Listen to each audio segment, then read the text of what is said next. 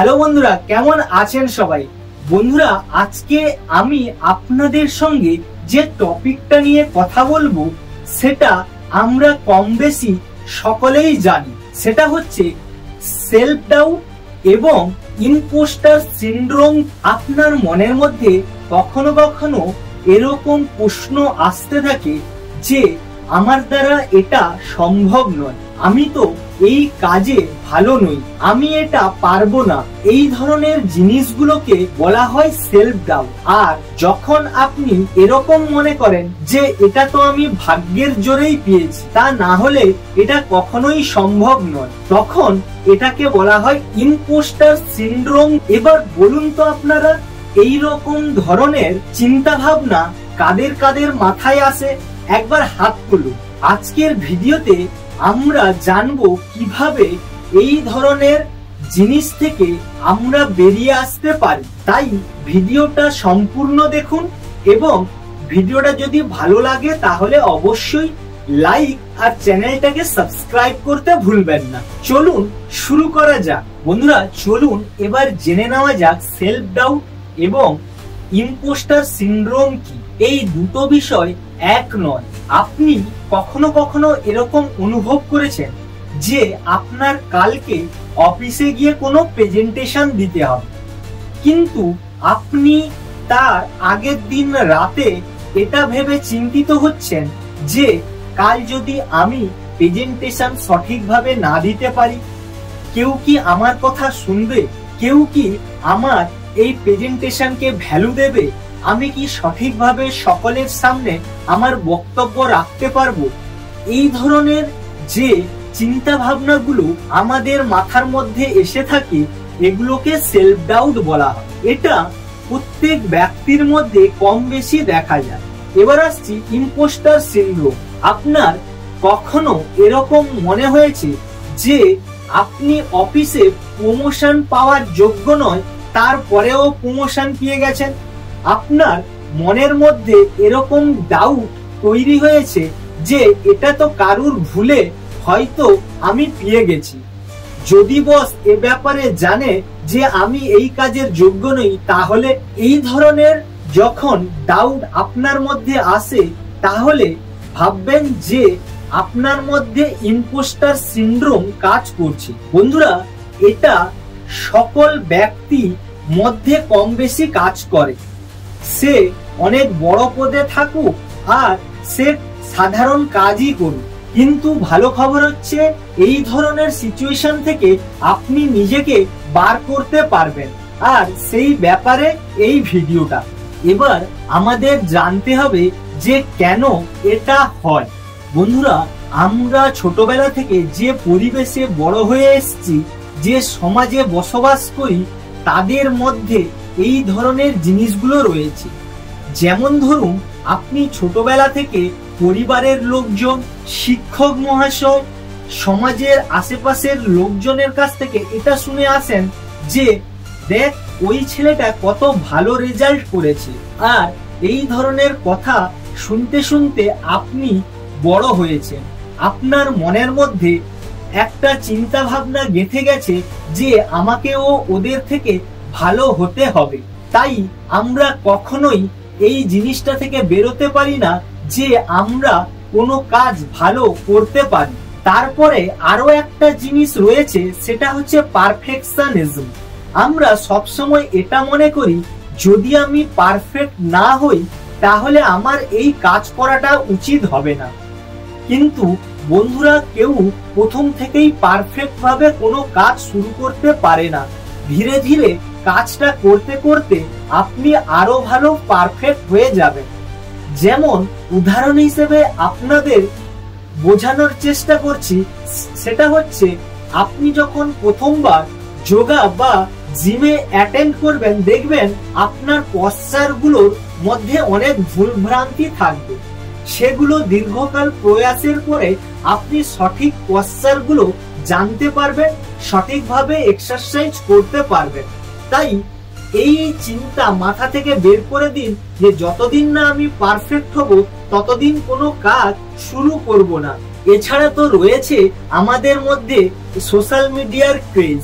আমরা কম বেশি প্রতিদিন সোশ্যাল মিডিয়া স্ক্রল করি, ইনস্টাগ্রাম, ফেসবুক, সেগুলোতে আমরা দেখি যে প্রত্যেকটা মানুষ তাদের পারফেক্ট জীবনকে তুলে ধরে। তাই আমরা মনে মনে ভাবি, কেন আমরা এভাবে পারফেক্ট কাজকর্ম করতে পারি না। এই ধরনের কম্পারিজন আমাদের কোনো কাজ শুরু করতে দেয় না।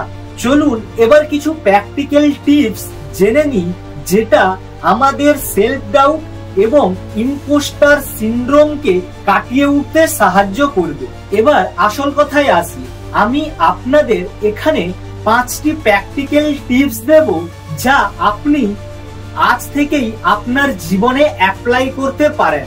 আমার মনে হয় এগুলো আপনি যদি অ্যাপ্লাই করেন, তাহলে এই ধরনের সিচুয়েশন থেকে আপনি সহজে বেরিয়ে আসতে পারবেন। প্রথম প্র্যাকটিক্যাল টিপস হচ্ছে নিজের সাফল্যের তালিকা তৈরি করুন।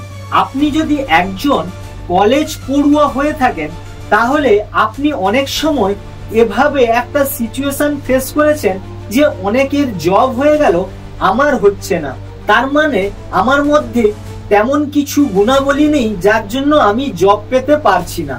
তখন আপনি এটা করতে পারেন যে একটা কাগজ আর পেন তুলে নিন এবং লিখতে শুরু করুন যে আপনি এতদিন পর্যন্ত কি কি অ্যাচিভ করেছেন। যেমন ধরুন, আপনি ক্লাসে কোনো কুইজ প্রতিযোগিতায় ফার্স্ট হয়েছিলেন, অথবা আপনি স্কুলের কোনো প্রোগ্রামে ভালো কিছু অ্যাচিভ করেছিলেন, অথবা বাড়ির কোনো কাজে আপনি আপনার মায়ের সাহায্য করেছিলেন। এভাবে নানা ধরনের অ্যাচিভমেন্ট, সেটা যত ছোটই হোক না কেন, আপনি সেটাকে লিখে ফেলুন। এই কাজটা প্রত্যেক সপ্তাহে করতে থাকুন এবং নিজের নতুন নতুন অ্যাচিভমেন্ট যোগ করতে থাকুন। এতে দেখবেন আপনি আপনার আত্মবিশ্বাস ফিরে পাবেন এবং নিজেকে নিয়ে গর্ববোধ করবেন যে আপনি কত কিছু কাজ করতে পারেন। আমরা এই ছোটখাটো জিনিসগুলো না করার জন্য আমাদের মাইন্ডের মধ্যে এটা কখনোই থাকে না যে আমরা জীবনে কি কি অ্যাচিভ করেছি, আর এর ফলে আপনি নিজের আত্মবিশ্বাস ফিরে পাবেন এবং কনফিডেন্স আপনার অনেক বেশি হাই থাকবে। দ্বিতীয় প্র্যাকটিক্যাল টিপস, নিজের সঙ্গে কথা বলুন। বন্ধুরা, অনেক সময় আমাদের মনের মধ্যে এভাবে কিছু জিনিস চলতে থাকে যে আমার দ্বারা এটা সম্ভব নয়। এই জায়গায় আপনি এটা বলুন নিজেকে যে আমি এটা চেষ্টা করব, আমি আমার সর্ব সামর্থ্য দিয়ে এটা করার চেষ্টা করব। যদি তাতে ফেল হই, তারপরেও আমি এখান থেকে কিছু শিখতে পারবো। এভাবে যদি প্রতিবার আপনি আপনার মনের মধ্যে চলতে থাকা চিন্তা ভাবনাগুলোর খণ্ডন করতে পারেন, দেখবেন আপনি অনেক বেশি আত্মবিশ্বাসী হয়ে উঠবেন। ধরুন আপনার কাল ইন্টারভিউ রয়েছে, তখন আপনি তার আগের দিন রাতে এটা ভাবছেন যে আমি যারা ইন্টারভিউ নেবে তাদের সামনে সঠিকভাবে আমার ক্যাপাবিলিটিটা কি উপস্থিত করতে পারবো, তারা কি আমাকে এই জবের জন্য নেবে। এই ধরনের যখন আপনার মধ্যে সেলফ ডাউট আসবে, আপনি এক কাজ করুন, আয়নার সামনে দাঁড়ান, নিজেকে এভাবে বলুন যে আমি আমার সর্ব সামর্থ্য দিয়ে চেষ্টা করব, তারপর যদিও না হয় তাহলে আবার ট্রাই করব। আমি ততক্ষণ হার মানব না যতক্ষণ না আমি এই চাকরি পেয়ে যাব। এভাবে নিজের মধ্যে আত্মবিশ্বাস বাড়ানোর চেষ্টা করুন। নিজের সঙ্গে যত বেশি কথা বলবেন, এই ছোটখাটো সমস্যাগুলোকে আপনি খুব সহজে সমাধানে নিয়ে আসতে পারবেন। 3 নম্বর প্র্যাকটিক্যাল টিপস, পারফেকশনিজম ছাড়ুন, নিজের প্রোগ্রেসের দিকে ফোকাস করুন। আমরা এটা ভাবতে থাকি যে যতদিন না আমি কোনো কাজে পারফেক্ট হব, সেই কাজ আমি শুরু করব না।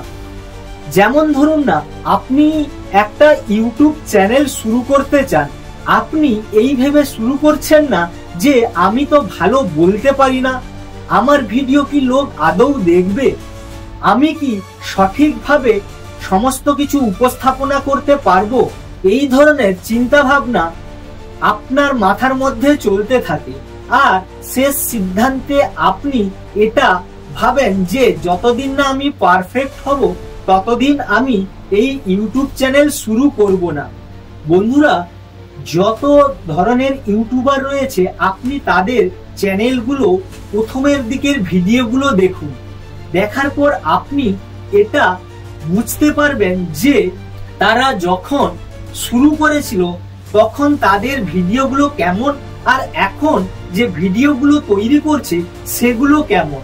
তাই আপনি যতদিন না শুরু করবেন এবং আপনার প্রোগ্রেসের দিকে ফোকাস রাখবেন ততদিন আপনি পারফেক্ট হতে পারবেন না। কেউ পারফেক্ট হয়ে জন্মায় না, ধীরে ধীরে শেখার মাধ্যমে সে পারফেক্ট হয়ে যায়। 4 নম্বর প্র্যাকটিক্যাল টিপস, মেন্টর বা সাপোর্ট সিস্টেম তৈরি করুন। বন্ধুরা, আপনার জীবনে এমন কাউকে খুঁজে বার করুন যে আপনাকে অনেক বেশি সাপোর্ট দেবে। অর্থাৎ সেটা ফ্যামিলি মেম্বার হতে পারে, অথবা মেন্টর হতে পারে, অথবা আপনার কোনো বন্ধু হতে পারে, যে আপনার প্রতি মুহূর্তে অ্যাজ এ সাপোর্ট সিস্টেম হিসেবে কাজ করবে, যে আপনাকে মোটিভেটেড রাখবে আপনার লক্ষ্যে পৌঁছানোর জন্য। যেমন ধরুন আপনি একজন ফ্রিল্যান্সার হিসেবে কাজ করছেন, আপনি দেখছেন যে আপনার কাজ খুব একটা ভালো হচ্ছে না, তাহলে এমন একজন মেন্টর খুঁজুন যে ফ্রিল্যান্সারে অনেক বেশি ভালো। আপনি তার সঙ্গে কথা বলুন, আপনি শেয়ার করুন কি ধরনের অসুবিধার সম্মুখীন হচ্ছেন। দেখবেন সেই মেন্টর আপনাকে অনেক বেশি সাহায্য করবে আপনার লক্ষ্যে পৌঁছাতে। তাই আমাদের প্রত্যেকের জীবনে একটা সাপোর্ট সিস্টেমের প্রয়োজন আছে। বন্ধুরা, এটা সব ক্ষেত্রেই প্রযোজ্য। আপনি যখন কোনো কিছু শিখতে যান আপনার একজন মেন্টর থাকে, আপনি যখন ছোট থেকে বড় হন আপনার পরিবারের মানুষজন অ্যাজ এ মেন্টর হিসেবে কাজ করে, আপনি যখন কোনো ভক্তি আরাধনা করেন সেক্ষেত্রেও আপনার কোনো গুরু বা মেন্টর থাকে। তাহলে কেন আপনি জীবনে চলার পথে আপনার মেন্টর বা কোচ, গুরু অথবা সেই ধরনের সাপোর্ট সিস্টেম, প্রিয় বন্ধু তৈরি করবেন না যে আপনাকে আপনার লক্ষ্যে পৌঁছাতে সাহায্য করবে? 5 নম্বর প্র্যাকটিক্যাল টিপস, ছোট ছোট ঝুঁকি নিন। আমরা যদি ছোট ছোট কাজ দিয়ে কোনো কিছু শুরু করি তাহলে দেখবেন বড় কাজে পৌঁছাতে আমাদের অসুবিধে হবে না, এবং আমাদের মধ্যে যে সেলফ ডাউটের তৈরি হয় সেটাও কমে যাবে। যেমন ধরুন না, আপনি কোডিং শিখতে চান, আপনি যদি হঠাৎ কোডিং এর সবকিছু শিখতে চেষ্টা করেন আপনি পাজল হয়ে যাবেন। তাই এমন ছোট্ট কোনো প্রজেক্ট নিন যেটা আপনার কাছে খুব ইজি মনে হবে, তারপর ধীরে ধীরে আপনার স্কিল ডেভেলপ হওয়ার সঙ্গে সঙ্গে বড় বড় প্রজেক্ট কাজ করতে থাকুন। দেখবেন আপনি অনেক বেশি সফলতা অর্জন লাভ করেছেন। অথবা আপনি আপনার ওয়েট লুজ করতে চান, তাহলে প্রথমে ছোট্ট এক্সারসাইজ দিয়ে শুরু করুন। কেবলমাত্র একটা এক্সারসাইজ করুন প্রতিদিন, তারপর ধীরে ধীরে এই এক্সারসাইজের পরিমাণ বাড়াতে থাকুন এবং অন্যান্য এক্সারসাইজ গুলো করতে থাকুন। দেখবেন একটা সময় আসবে আপনি আপনার ওয়েট লুজ করতে পেরেছেন। এভাবে যে কোনো কাজের ক্ষেত্রে ছোট্ট থেকে শুরু করুন, সেক্ষেত্রে সেলফ ডাউটও হবে না আর আপনার অনেক বেশি কনফিডেন্স বিল্ড হবে। এবার আসছি আমাদের এই সমাজে থেকে আপনি কিভাবে এগুলোকে অ্যাপ্লাই করবেন। বন্ধুরা, আপনি যখন কোনো ব্যবসা শুরু করতে যান দেখবেন অনেকেই আপনাকে বলবে, কেন তুই এই ধরনের রিস্ক নিচ্ছিস, এটা তোর দ্বারা সম্ভব নয়। এই ধরনের কথা যখন আপনি শুনেন তখন আপনার মনের মধ্যে এটা রিপিটেডলি চলতে থাকে আপনার সাবকনসিয়াস মাইন্ডে। আর তারপরেও যদি আপনি ব্যবসাটা শুরু করেন, ব্যবসায় যখন ছোটখাটো সমস্যা আসবে আপনি এই কথাটা বারবার মনে করবেন এবং মাঝ রাস্তায় ছেড়ে দেবেন। সে জায়গায় আপনি যদি নিজের উপর ভরসা রাখেন এবং ছোট ছোট স্টেপ নিয়ে এগোতে থাকেন, দেখবেন আপনি একটা সময় গিয়ে বড় ব্যবসা পরিণত করতে পেরেছেন। এরকম অনেকও উদাহরণ আজকাল সোশ্যাল মিডিয়াতে আপনি দেখতে পাবেন, যারা কেবল ছোট্ট থেকে তাদের ব্যবসা শুরু করেছিল, আজকে তাদের ব্যবসা অনেক বড়তে পরিণত হয়েছে। তাই নিজের উপর সেলফ ডাউট না করে ছোট থেকে শুরু করুন। বন্ধুরা, সেলফ ডাউট এবং ইম্পোস্টার সিনড্রোম হচ্ছে আমাদের মনের ভ্রম। যদি এটাকে আপনি কাটিয়ে উঠতে পারেন, দেখবেন আপনার আত্মবিশ্বাস এবং কনফিডেন্স অনেক বেশি বেড়ে যাবে আর যে কোনো কাজে আপনি সফলতা অর্জন করতে পারবেন। এর জন্য আপনাকে কেবলমাত্র ছোট থেকে শুরু করতে হবে আর নিজের সঙ্গে সবসময় পজিটিভ কথা বলুন এবং নিজেকে উৎসাহিত করুন। এভাবেই আপনি এই ধরনের সমস্যা থেকে মুক্তি পেতে পারেন। আপনারা এটাকে নিয়ে কি ভাবছেন অবশ্যই কমেন্টে লিখে জানাবেন। আর ভিডিওটা যদি ভালো লেগে থাকে তাহলে অবশ্যই লাইক এবং চ্যানেলটাকে সাবস্ক্রাইব করবেন। দেখা হচ্ছে নতুন কোনো ভিডিওতে নতুন কোনো টপিক নিয়ে। ততক্ষণ ভালো থাকুন, সুস্থ থাকুন, জীবনকে অনেক বেশি এনজয় করুন।